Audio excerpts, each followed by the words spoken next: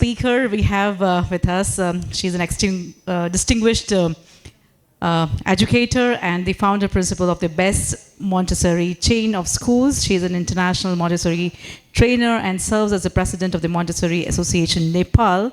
Sushma ji is also supporting member of TAFISA and ASFAA in the field of sports. Can we have Ms. Sushma Subba from Nepal? Ma'am.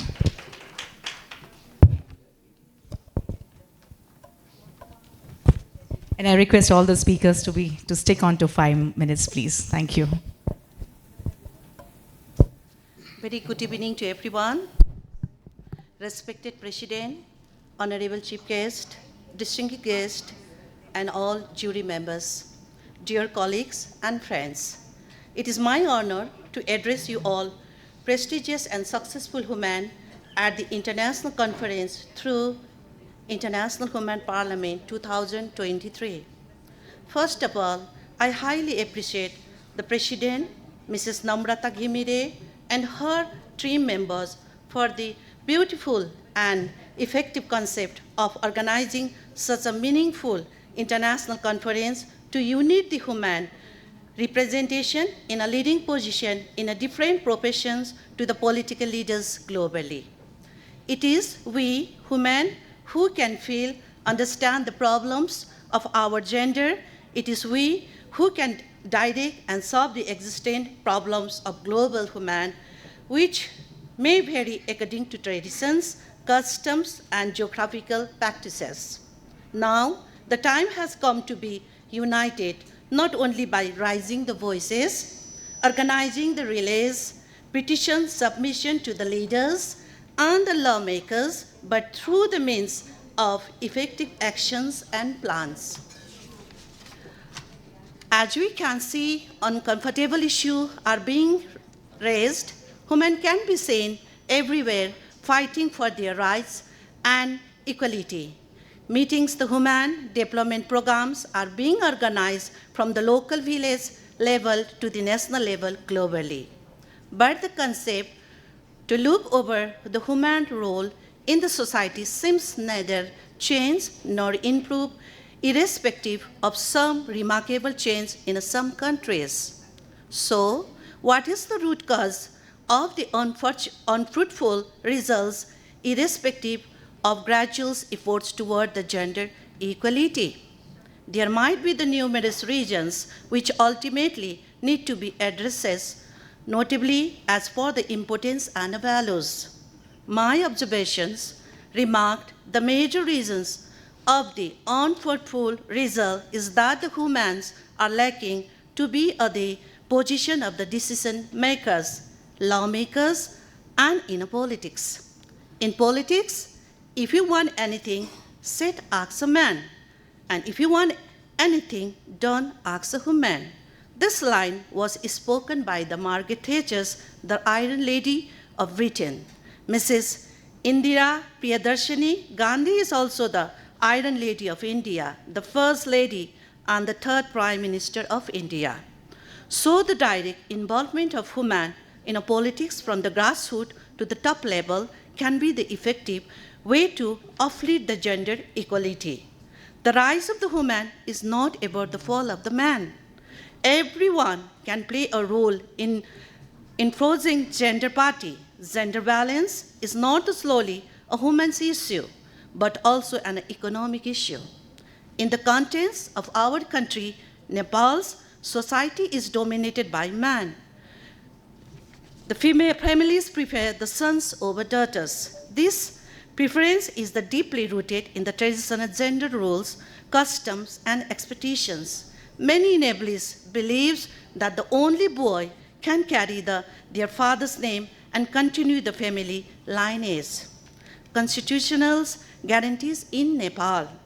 Women's rights have already been assured in the constitutions. It states that they have the right to seize the special opportunities in health, employment, social security, and education.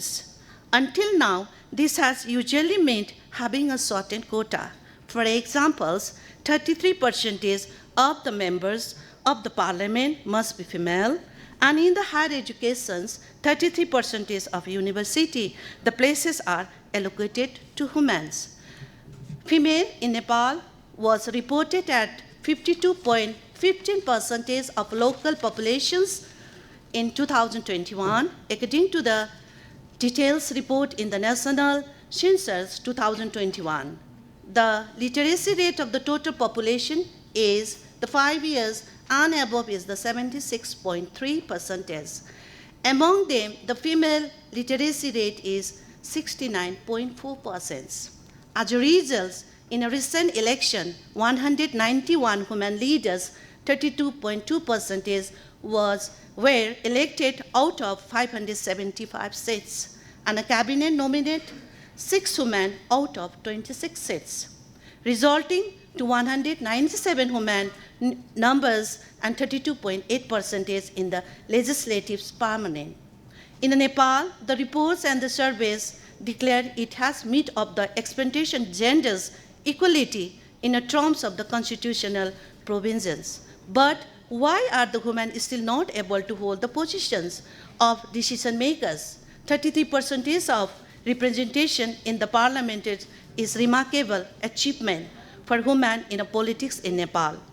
Many women politicians believe that the parties have embraced women representation not because they are convinced that it is the right thing to do, but because they are forced to do so by the constitution provinces. Their heretics of equalities in the inclusions does not necessarily translate it into the actions. Unlimitedly, the role of the women politicians become just to support and clap in the favor of the decisions and made by their leaders and the parties, either the support or in against. Whereas in my development countries, whereas the many development countries, only the 14% of women represent in the political dispute of the minimum exploitations. Even now, in some countries, constitutional provisions of women representation in the parliamentary is not yet levied. Action plan. To increase the women involvement in politics, it can be the plan into the two groups. Number one, increase the percentage of the women in the parliament. Number two, encourage the women to be the leaders rather than just the representative. For those countries which have less percentage of the women participation in politics, we all have to be united together from now through this prestigious conversation by organize the different programs. Of the women, by the women, for the women, the slogan of this gathering must come into the reality by taking some instant action plans. For those countries like Nepal, which have met the percentage of the women in the parliamentary, they must be encouraged to develop the leaderships. Instead of constitutional reservations and political party, independent and the literate women are not to be encouraged to come into politics. Different awareness program can also be effective way to fulfill the aim of this meeting. For being an educator, I will always be happy to work upon gender equality by means of my expertise wherever applicable. Finally, I heartily would like to thank presidents and the organizer teams for inviting me to join these historical events here in New Delhi. It is my privilege to represent my beautiful country, Nepal, and appreciate it for giving me such an opportunity to express my thoughts. The chief guest, jury member, guests, and the participants, thank you once again. Once again, let's all the women of the universe be united to build the peaceful world. Regards, Sushma Subba Lama, the President Montessori Association Nepal man, Kathmandu, Nepal. Thank you very much. Thank you so much, Ms. Subba.